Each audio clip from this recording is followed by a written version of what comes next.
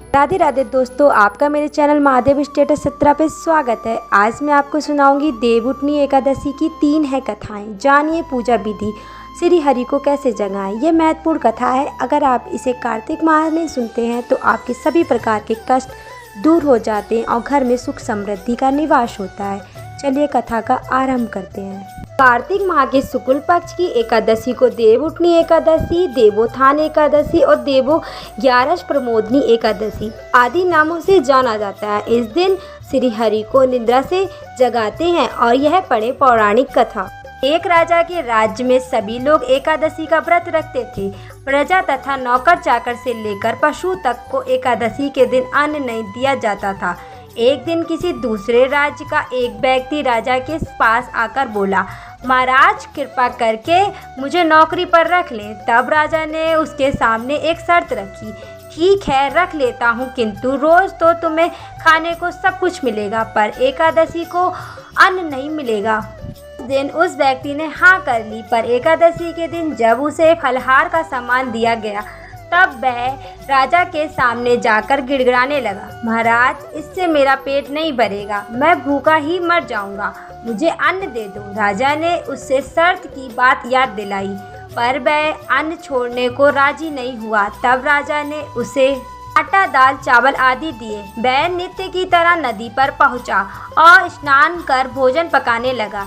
जब भोजन बन गया तो वह भगवान विष्णु को बुलाने लगा, आओ भगवान भोजन तैयार है। उसके बुलाने पर पीताम्बर धारण करे भगवान चतुर्भुजा रूप में आ पहुँचे। तब प्रेम से उसके साथ भोजन करने लगे। भोजन आदि करके भगवान अंत ध्यान हो गए तथा वह अपने काम पर चला गया। 15 दिन बाद अगली एकादशी को वह राजा से कहने लगा कि महाराज मुझे दुगना सामान दीजिए। उस दिन तो मैं भूखा ही रह गया। राजा ने कारण पूछा तो उसने बताया कि हमारे साथ भगवान भी खाते हैं, इसलिए हम दोनों के लिए ये सम्मान पूरा नहीं होता है।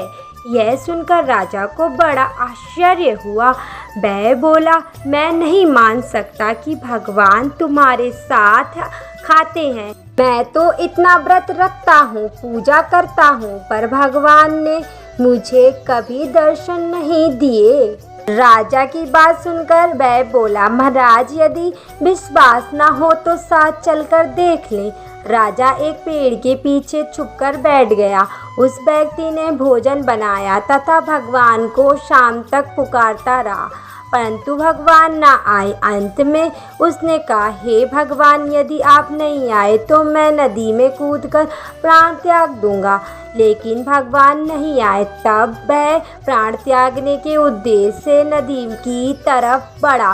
प्राण त्यागने का दृढ़ इरादा जान शीघ्र ही भगवान ने प्रकट होकर उसे रोक लिया और साथ बैठकर भोजन करने लगे। खा पी कर वे उसे अपने विमान में बैठाकर अपने धाम ले गए।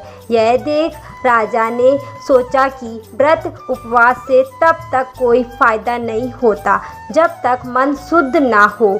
इससे राजा को ज्ञान मिला। वह भी मन से व्रत उपवास करने लगा और अंत में स्वर्ग को प्राप्त हुआ।